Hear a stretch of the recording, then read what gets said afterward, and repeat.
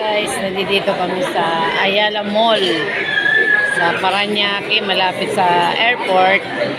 Kumain kami sa labas. Kasama namin, yan ang kinain namin. Kasama namin si Wewe,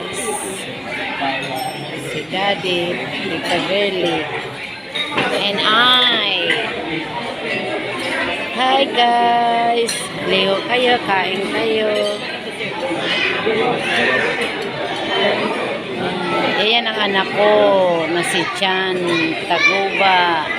Yan ang asawa niya. Yan ang asawa ko. Yan ang hipag ko. Kumain kami ito. Ang sarap ng pagkain dito. Ano ba itong lugar na ito yan?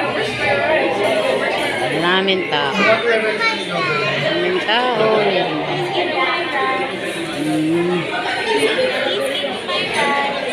Hello.